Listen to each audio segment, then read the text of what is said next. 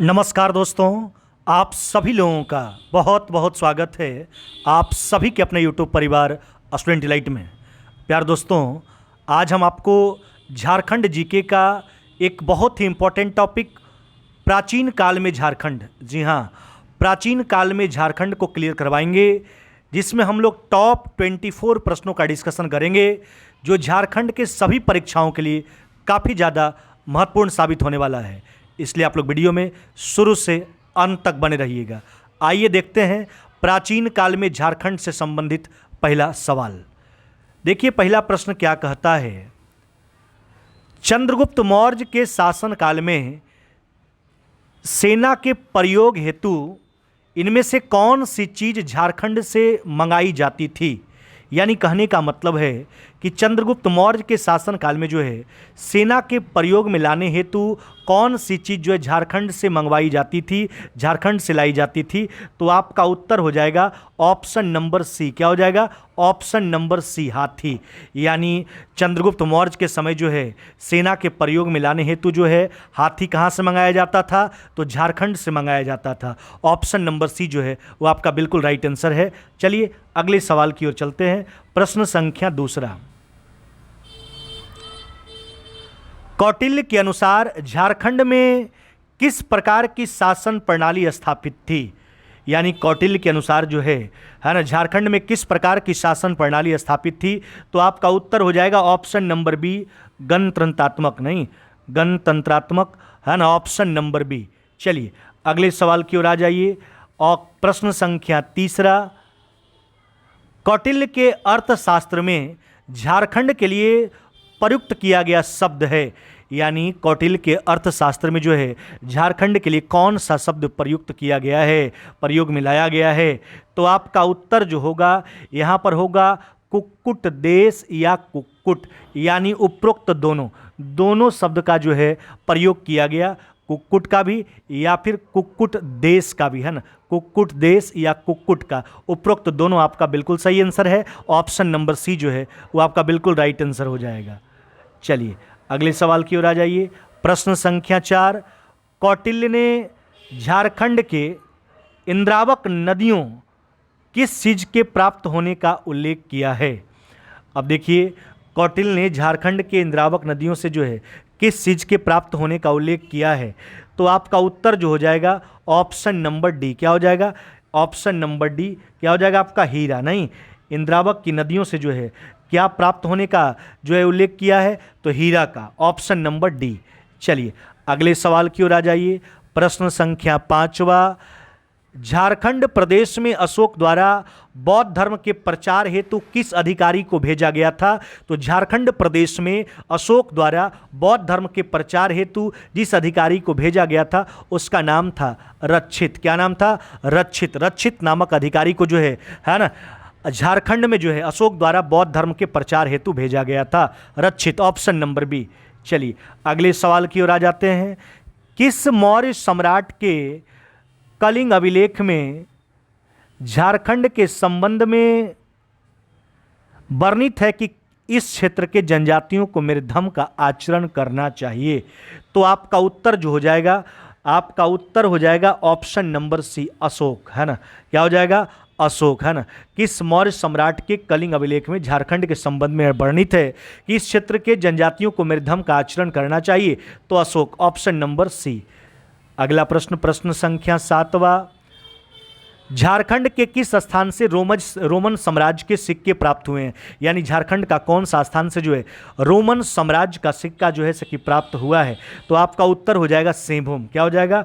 सिंहभूम। सिंहभूम से जो है रोमन साम्राज्य का सिक्का प्राप्त हुआ है, ऑप्शन नंबर डी। चलिए अगले सवाल की ओर बढ़ते हैं। प्रश्न संख्या 8वां। निम्न में से झारखंड के किस स्थान से इंडो-सीथियन सिक्के प्राप्त हुए हैं।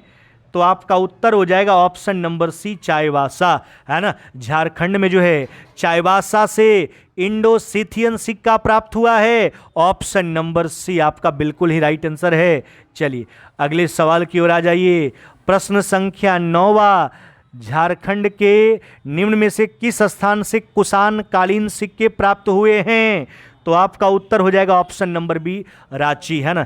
यानी झारखंड में जो है रांची से जो है कुषाण कालीन सिक्के जो हैं प्राप्त हुए हैं, नहीं, जिससे यह ज्ञात भी होता है कि इस क्षेत्र पर जो है कनिष्क का जो है प्रभाव था, नहीं, इस क्षेत्र पर जो है किसका प्रभाव था, कनिष्क का प्रभाव का पता चलता है इससे, है ना। Option number B. अगले सवाल की ओर आ जाइए। प्रश्न संख्या 10, चंद्रगुप्त द्वितीय के शासनकाल में भारत आए चीनी यात्री फाहियान ने झारखंड के लिए किस शब्द का प्रयोग किया है। देखो, चंद्रगुप्त द्वितीय के शासनकाल में जो है भारत जो आए चीनी यात्री था फाहियान, उसने झारखंड के लिए कौन से शब्द का प्रयोग किया है। तो आपका उत्तर हो जाएगा ऑप्शन नंबर ए, कुक्कुटलाड। क्या हो जाएगा, ऑप्शन नंबर ए, कुक्कुटलाड, है ना। ऑप्शन नंबर ए जो है आपका बिल्कुल राइट आंसर हो जाएगा। अगले सवाल की ओर आ जाइए। प्रश्न संख्या 11, झारखंड में मुंडा पाहन तथा महतो व भंडारी प्रथा किस काल की देन माना जाता है।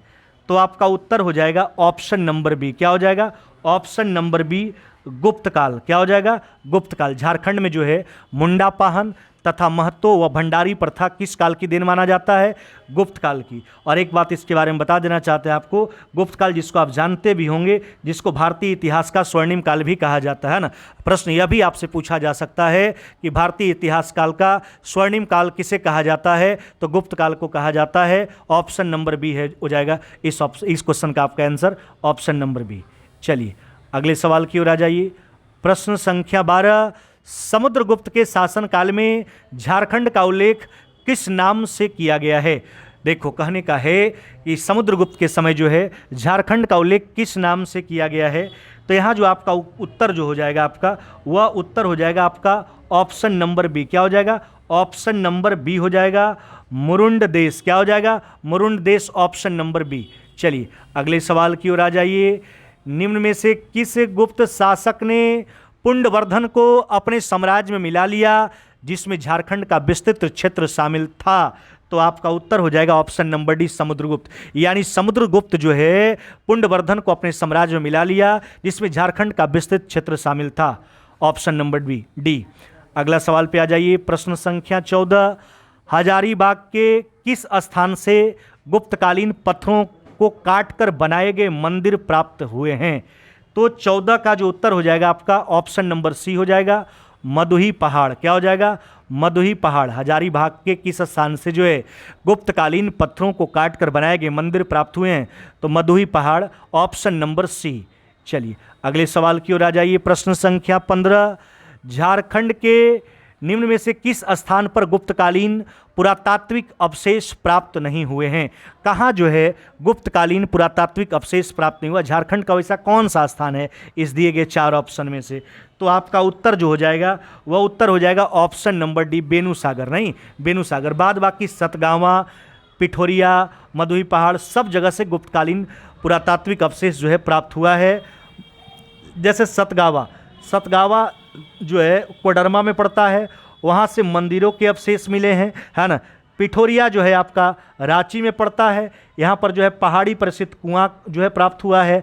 और मधुई पहाड़ जिसका पीछे भी हमने जिक्र किया, यह हजारीबाग जिला में पड़ता है, यहाँ से जो है पत्थरों को काटकर बनाए गए मंदिर जो है वह प्राप्त हुए हैं, मंदिरों के अवशेष। चलिए, तो बेनूसागर से जो है ना गुप्तकालीन पुरातात्विक अवशेष प्राप्त नहीं हुए हैं, ऑप्शन नंबर डी।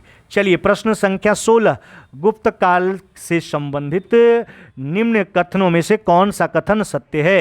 रांची के निकट पिठौरिया पहाड़ पर गुप्तकालीन संबंधित एक कुआं मिला है। तो अभी हमने बताया पिठौरिया जो है रांची में पड़ता है, रांची जिला में, और यहाँ से पहाड़ी परिचित कुआं जो है प्राप्त हुआ है, बिल्कुल सही है। सतगावा पहाड़ी के प्राप्त मंदिरों के अवशेष उत्तर गुप्तकालीन से संबंधित, यह भी सही है। यानी उपरोक्त दोनों कथन सही है, गुप्तकालीन से संबंधित, गुप्तकाल से संबंधित, इसलिए ऑप्शन नंबर सी जो है आपका बिल्कुल ही राइट आंसर हो जाएगा। चलिए अगले सवाल की ओर बढ़िए। प्रश्न संख्या 17, शशांक ने अपने साम्राज्य को सुचारू रूप से संचालित करने हेतु निम्न में से किसे राजधानी बनाया था।